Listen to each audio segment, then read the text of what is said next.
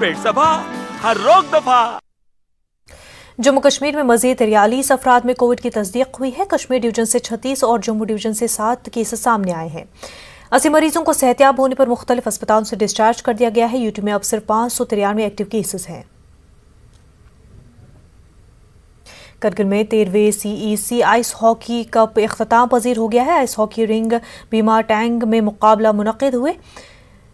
चकतन और द्रास रेड के बीच फाइनल मुकाबला हुआ। द्रास रेड ने कामयाबी हासिल की। खवातीन का मुकाबला चकतन की टीम ने जीत लिया। LHDC करगिल के CEC ने इस कप में 32 टीमों की शिरकत पर खुशी का इजहार किया, जिनमें खवातीन की 5 टीमें भी शामिल रहीं।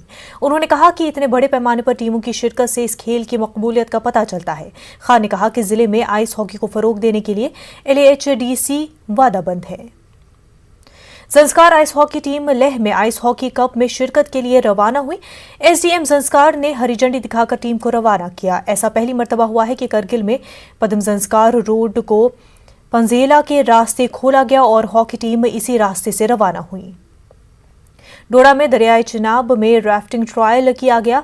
DC डोडा की क़यादत में JK एडवेंचर राफ्टिंग ग्रुप के इश्तराक से ये ट्रायल मुनक्किद किया गया। सेफ्टी के तमाम प्रोटोकॉल पर अमल किया गया और प्रेमनगर से करारा तक रूट को महफूज करार दिया गया। DDC ने कहा कि इस महीने के इख्तिताम पर राफ्टिंग फेस्टिवल मुनक्किद किया जाएगा। जिला गांदरबल में 5 राष्ट्रीय राइफल्स की जानिब से कमरिया स्टेडियम में इंटर विलेज वॉलीबॉल टूर्नामेंट का इनेकाद किया गया। इसमें 8 टीमों ने शिरकत की। गडूरा गंज से रखारन को शिकस्त देकर टूर्नामेंट अपने नाम किया गया। दोनों टीमों को नकद इनाम के अलावा सर्टिफिकेट फराहम किए गए। इस टूर्नामेंट में नौजवानों ने भरपूर शिरकत की। उनका कहना है कि ऐसे मुकाबलों से उन्हें अपनी सलाहियतों का मुजाहरा करने का मौका मिलता है। शोपियां की अलनूर होटल में ARTO की जानिब से माजुरीन के लिए पेंटिंग मुकाबले मुनक्किद किए गए। रोड सेफ्टी पर यह मुकाबला मुनक्किद किया गया।